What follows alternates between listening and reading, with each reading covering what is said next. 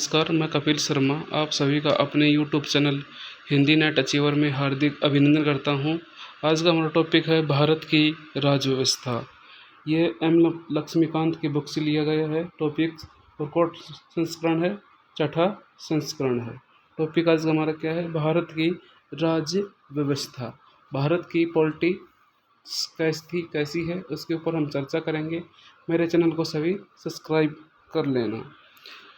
आज का हमारा विषय है भारत की राज्य व्यवस्था, यानी कि पहला वाक्य है संवैधानिक ढांचा, कॉन्स्टिट्यूशनल्स फ्रेमवर्क। ढांचा क्या क्या है, उसमें कौन कौन चीज़ों का इसमें शामिल किया गया है उसके ऊपर हम चर्चा करते हैं। पहले क्या है उसकी ऐतिहासिक पृष्ठभूमि, संविधान का निर्माण, संविधान की प्रमुख विशेषताएं, संविधान की प्रस्तावना, संघ एवं इसका क्षेत्र, नागरिकता, मूल अधिकार, राज्य के नीति निर्देशक तत्व, मूल कर्तव्य, संविधान का संशोधन और संविधान की मूल रचना। ये इसका संवैधानिक ढांचा है, ये इसका फ्रेमवर्क है किसका? कॉन्स्टिट्यूशनल्स का। ये इसका ढांचा है। आगे क्या करते हैं हम इसकी ऐतिहासिक पृष्ठभूमि के बारे में थोड़ा सा जानते हैं। क्या कहा है? भारत में ब्रिटिश 1600 ईस्वी में ईस्ट इंडिया कंपनी के रूप में व्यापार करने के लिए वो हमारे यहाँ आए थे। व्यापार के उद्देश्य से आए थे। फिर इन्होंने यहाँ क्या कर लिया? अपना राज्य स्थापित कर लिया। महारानी एलिजाबेथ प्रथम के चार्टर द्वारा उन्हें भारत में व्यापार करने के विस्तृत अधिकार प्राप्त थे। समग्र अधिकार उसको दे दिए गए। कंपनी जो अभी तक सिर्फ व्यापारिक कार्यों तक ही सीमित थी, 1765 में बंगाल, बिहार और उड़ीसा की दीवानी क्या होती है? राजस्व एवं दीवानी न्याय के अधिकार क्षेत्र उसके अंतर्गत आते थे। वो अधिकार भी उसने क्या कर लिए? प्राप्त कर लिए। इसके तहत भारत में उसके क्षेत्रीय शक्ति बनने की प्रक्रिया प्रारंभ हुई। 1858 में सिपाही विद्रोह के परिणाम स्वरूप ब्रिटिश ताज ने भारत के शासन का उत्तरदायित्व प्रत्यक्ष अपने हाथों में ले लिया।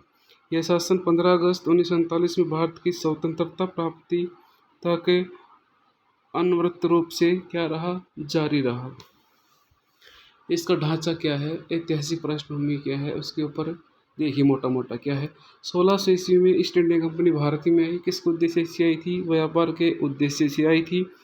महारानी एलिजाबेथ प्रथम को क्या थे? विशेष अधिकार प्राप्त थे। 1765 में कहाँ तक? बंगाल, बिहार, उड़ीसा के से इन्होंने अपना राजस्व दीवानी शुरू की।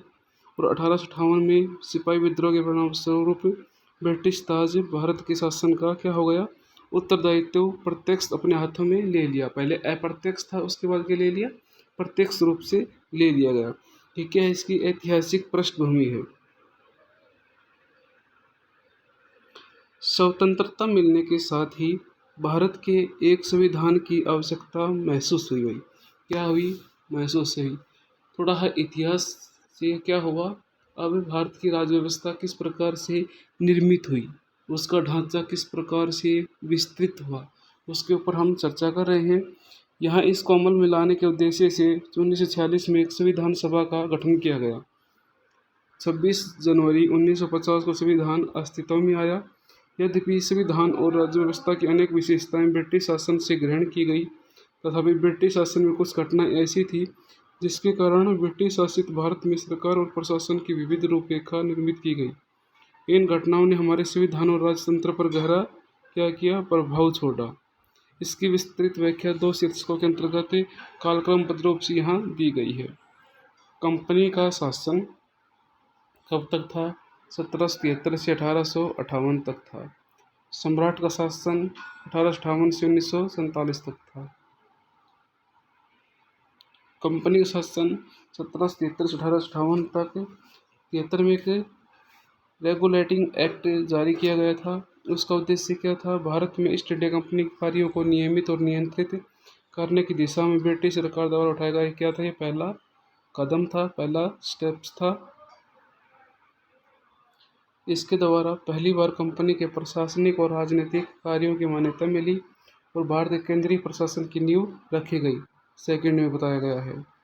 इसकी कुछ विशेषताएं थी, क्या क्या थी?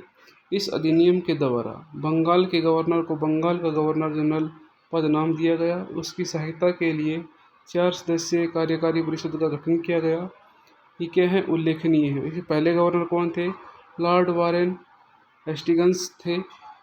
इसके द्वारा मद्रास एवं मुंबई के गवर्नर बंगाल के गवर्नर जनरल के अधीन हो गए, क्योंकि पहले प्रेसिडेंसियों के गवर्नर एक दूसरे से क्या थे, अलग थे।